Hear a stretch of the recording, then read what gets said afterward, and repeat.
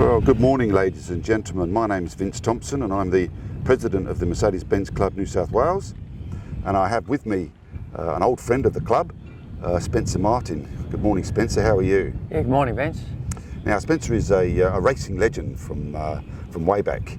And I just wanted Spencer to give us a potted history, if you like, of his racing career, which I believe started back in the late 50s. Would that be right? Oh, yeah, late 50s. 1960, I built my own car, a little car that I built myself, and my first race was at Orange. The Nublar course? Nublar, yes, right. out west. And my first race at Bathurst was in 1960 in the same car. Right. Was that scary? Oh, no, it was so enjoyable. I just loved it. Oh, right. I loved it, yes. Yeah. So you did quite a bit of driving in the 60s, and you had some success later in the decade? Oh, yes, yeah. Well, I had a couple of cars. In fact, a guy I worked for, Clive Adams, he gave me a Prad racing car, which was a beautiful aluminium-built car by Stan Brown and Clive. And so Clive gave me this car, and in that car, David Mackay noticed me, and he asked me to drive for his team, Scuderia Veloce. Right. But in between that, I drove early model Holdens and for Joel Wakely, a Boomerang service station car. But David Mackay took note of me, and eventually he asked me to drive for Scuderia, and I drove his Formula One Brabham and his 250 LM Ferrari. So that would have been quite a big break for a young chap like you in those days. Well, to step out of a Holden, like a 1948 Holden, into a 1965 V12 Ferrari, it was a big step. Wow. Yes, yeah. And you enjoyed the difference, did you? I love the challenge. Yeah, I was just a wild child. I love the challenge. Oh, great. So you continued racing. You had quite some success, did you? Don't be modest. Come on. Oh yes, yeah. Well, no. I drove firstly for David in the what was called a BT4 Brabham, and then a BT11.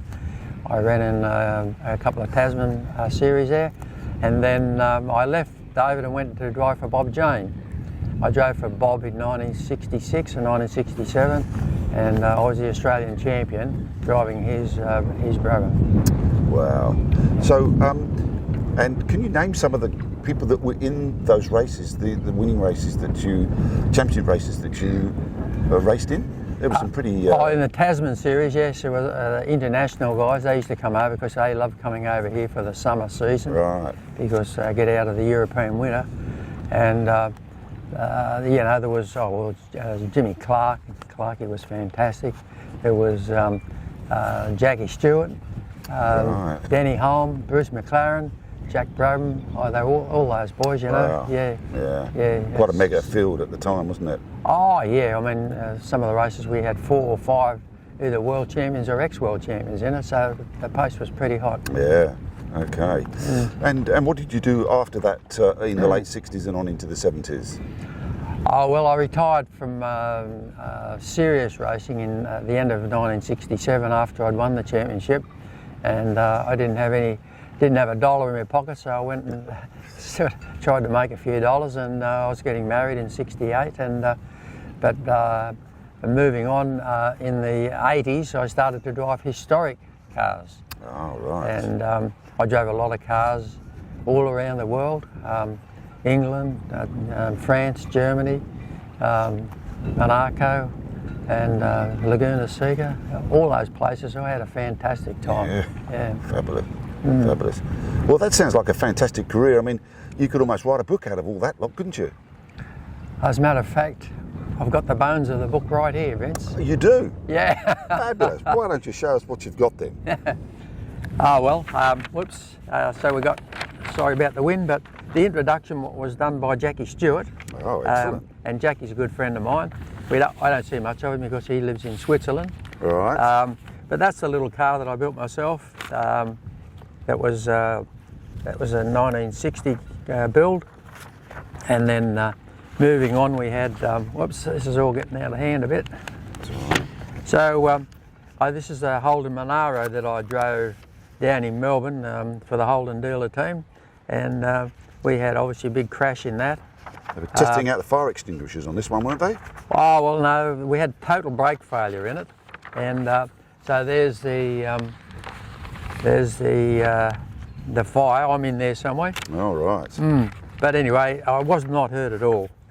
Good. I got the car around backwards and ran into the Armco, and but it jammed all the doors up, and I had to climb out through the driver's side window. Right. But and then sort of this is going backwards a bit. But there's the whoops. Whoops, sorry. And the old day down by the river here. Yeah, yeah. Oh, that's a good shot. Well, that's early model Holden. You know, that's well, that was my driving suit of the day. You know, we just wore sports clothes. You know? And because that's a little bit of action. Oh, bit of action there. Oh yes. That's. The ABS not kicking in quite there yet. The what? The ABS not kicking in there yet. Oh no, well we didn't have the luxury of anything like that in those days. No. And this is me on the front row of the grid for the New Zealand Grand Prix in 1966. Yeah. Who's that next to you in the blue there? Oh, that's Jimmy Palmer, the New Zealand champion, and Jackie Stewart's back here. Right. And there's Frank Gardner. So we're sort of right up the front between Jimmy Clark and Graham Hill. Wow, esteemed company indeed. Yeah. Well, I was right on the pace there. And this is the 250LM Ferrari in America at Laguna Seca in 1984. That one. It's still beautiful, isn't it? Oh yeah. That's great. And this is another car that I drove. This car is a 250 short wheelbase Ferrari, all aluminium. That car. Well, that'd just fly, wouldn't it? Yeah, well it was. It came third at Le Mans overall, at first in the GT class. Did you drive the 24-hour? No.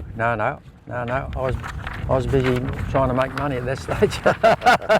So this is the 906 Porsche. You might be getting a shadow on there. Oh yeah. Yeah, the 906 Porsche Le Mans car that I drove for Warwick Miller, and so that's a T33 Alfa Romeo. I drove that at Laguna Seca. Right. That was a fabulous car, and yep. That's, so all these photos are in the book? Yep, and there's oops. Oh, there it goes. There we go. That's a lightweight E-type Jaguar that, oops, it's gone. Anyway, so yeah, that's a lightweight E-type Jaguar that very special, all aluminium. Wow. Even the motor, the block, everything, and Lucas fuel injection. I drove that for Bob Jane. Yes. Right. So this book, roughly how many pages? Well, it'll be 180. Nearly 200, yes, Right. yes. With lots of black and white and colour photos in there? We've got a lot of period black and white and a lot of colour, but they're all high definition, Right. full page photos. Excellent. So it's it's a nice pictorial of the. And when will that be published? Well, I was hoping before Christmas, but it won't be until early New Year now. We've had a few hold-ups, yes, Okay. yeah. So what I'd like to do is to invite you to be guest speaker at our February 2021 general meeting Yes. at the Canada Bay Club, and perhaps if the book is published you can bring a few books along, and you might be able to sign some books for some of our members. Yep, it'd be a pleasure. I've already done a couple of talks at Yes, the club. indeed. Yeah, Yes, indeed. yeah. But you're very popular, so you're always welcome back. Yeah. All right, we'll see you soon. Okay. Thanks, Spencer. There you are. Oh, and there's the book itself. There's the book. Wonderful.